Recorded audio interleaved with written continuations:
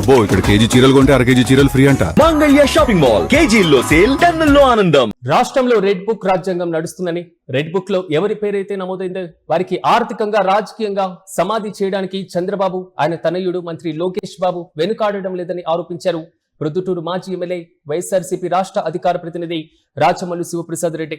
ఒకవైపు తామే పరిశ్రమలు తీసుకొస్తున్నామని ప్రచార ఆర్భాటాలకు పోయేటువంటి తండ్రి కొడుకులు ఉన్నటువంటి పరిశ్రమలు మూత వేయించడానికి, ముఖ్యంగా వైసీపీకి సంబంధించినటువంటి నేతల పరిశ్రమలపైన కక్షగట్టి చర్యలు తీసుకుంటున్నారంటూ కూడా రాచమల్లు ఆరోపిస్తున్నారు. ఇక కడప జిల్లా కమలాపురం నియోజకవర్గంలోని భారతీ సిమెంట్స్ పరిశ్రమ పైన ముఖ్యమంత్రి చంద్రబాబు కుట్రలకు తెరదీశారని రాచమల్లు మండిపడ్డారు. అయితే మాజీ ముఖ్యమంత్రి జగన్మోహన్ రెడ్డి భాగస్వామిగా ఉన్నటువంటి ఈ పరిశ్రమకు సున్నపు రాయిని గనుల నుంచి తరలించకుండా 3 రోజులుగా అడ్డుకుంటున్నారని మండిపడ్డారు.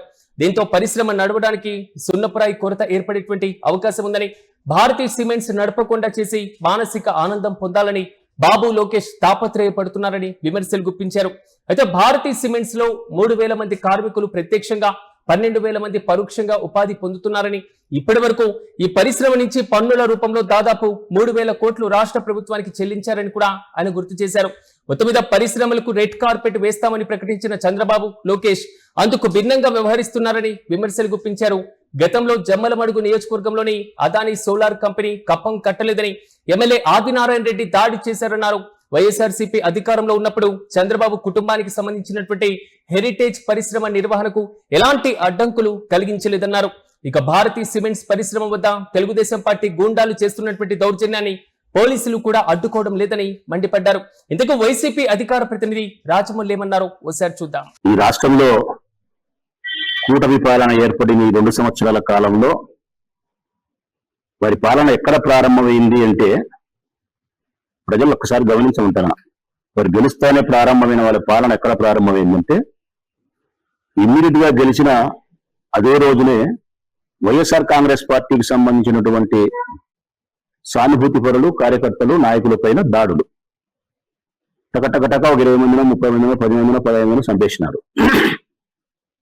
ఈ కార్యక్రమం అయిపోతాను నెక్స్ట్ వాళ్ళు చేసినది ఏంటంటే కదా, మాజీ ఎమ్మెల్యేలను, మాజీ మంత్రులను, వైఎస్ఆర్ కాంగ్రెస్ పార్టీకి సంబంధించిన నాయకులందరిపైన తప్పుడు కేసులు పెట్టడము, జైల్లోకి పంపడము, వాళ్ళ ఇళ్లపైన దాడులు చేయడము, గృహదానాలు చేయడము, నెల్లూరులో కావచ్చు, అంబటి రాంబాబు కావచ్చు, ఈ కార్యక్రమం రెండోది చేసినారు. ఇది జరుగుతానే నెక్స్ట్ చేసిన వాళ్ళ పాలన ఏంటంటే కదా, యూట్యూబ్ ఛానల్స్ ను, సోషల్ మీడియా యాక్టివ్గా ఉండేవారిపైన, అంటే ప్రశ్నించే వారిపైన, పత్రికా సంపాదకులు, జర్నలిస్టుల పైన కేసులు పెట్టి బెదిరించుకునే కార్యక్రమం చేసినారు. దీని తర్వాత వాళ్ళు చేసినది, నెక్స్ట్ చేసినది ఏంటంటే, వాళ్ళ పాలన కొనసాగించినది ఏంటంటే నిందారోపణలు జగన్మోహన్ రెడ్డి గారి పైన. అంటే ఉదాహరణకు ఎట్లాంటిదంటే, తిరుపతి లడ్డు, గొడ్డలి, విజయవాడ బోటు, ఈ చేసిన పాలన. దీని తర్వాత వాళ్ళు చేసినది ఏంటంటే కదా, దీని తర్వాత క్రెడిట్ చోరీ. క్రెడిట్ చోరీ అయిపోయిన తర్వాత ఇప్పుడు ఎక్కడికి వచ్చినారు, ప్రస్తుతం యాడికి వచ్చింది ఈ పాలన అంటే కదా, పరిశ్రమల పైన కూడా రెడ్ బుక్ రాజ్యాంగం నడిచే కాడికి వచ్చింది. ప్రజెంట్ ఇప్పుడు ఎక్కడికి వచ్చినారు వాళ్ళంటే, వాళ్ళ పాలన 2 ఏళ్లలో పారిశ్రామికవేత్తలను కూడా బెదిరించడము, బాధించడము, పరిశ్రమలను మూతేయించే పని చేసే కాడికి రెడ్ బుక్ పాలన జరుగుతుంది. ఈ రెడ్ బుక్ పాలన ఆధారంగా ఈ రాష్ట్రంలో ఉండే పారిశ్రామికవేత్తలను ఎంత బెదిరిస్తున్నారు, ఎంత వేధిస్తున్నారు, వారి మాట వినకపోతే ఎంత కక్ష బట్టి సాధిస్తున్నారు.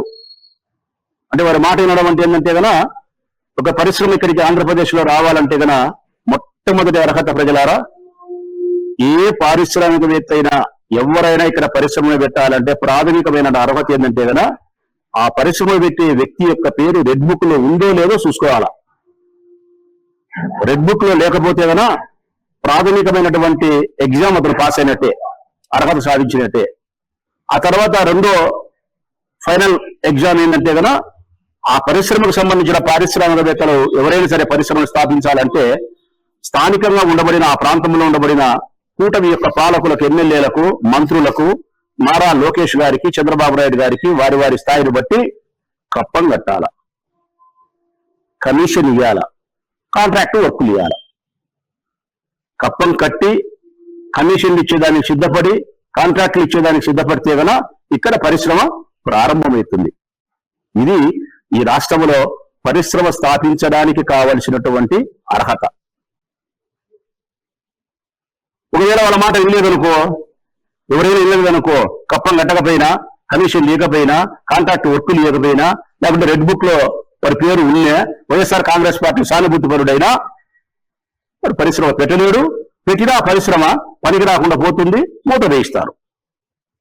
ఇక నేను పరిశ్రమలు స్థాపించిన వ్యక్తిని కాదు, పారిశ్రామికవేత్తను కాదు, ఒక పొలిటీషియన్, ప్రజా జీవితంలో ఉండే మనిషిని. కానీ పత్రికల్లో వస్తుండే వార్తల ఆధారంగా, సోషల్ మీడియాలో వస్తుండే వాస్తవ సత్యాలకు దగ్గరగా నేను ప్రతి నిమిషం గమనించే వ్యక్తిగా నా నాలెడ్జ్కే ఒక 20 చెప్పగలుగుతా, 20-30 చెప్పగలుగుతా.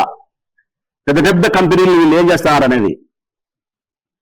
ఇక నా నాలెడ్జ్కి నాకు తెలిసిన 20-30 సంఘటనలు చెప్పగలిగితే వీళ్ళ దుర్మార్గాలు ఇక వెలుగులోకి రాని ఎన్నో సంఘటనలు పారిశ్రామికవేత్తలను హింసించే కార్యక్రమాలు జరుగుతుంటాయి. ప్రస్తుతానికైతే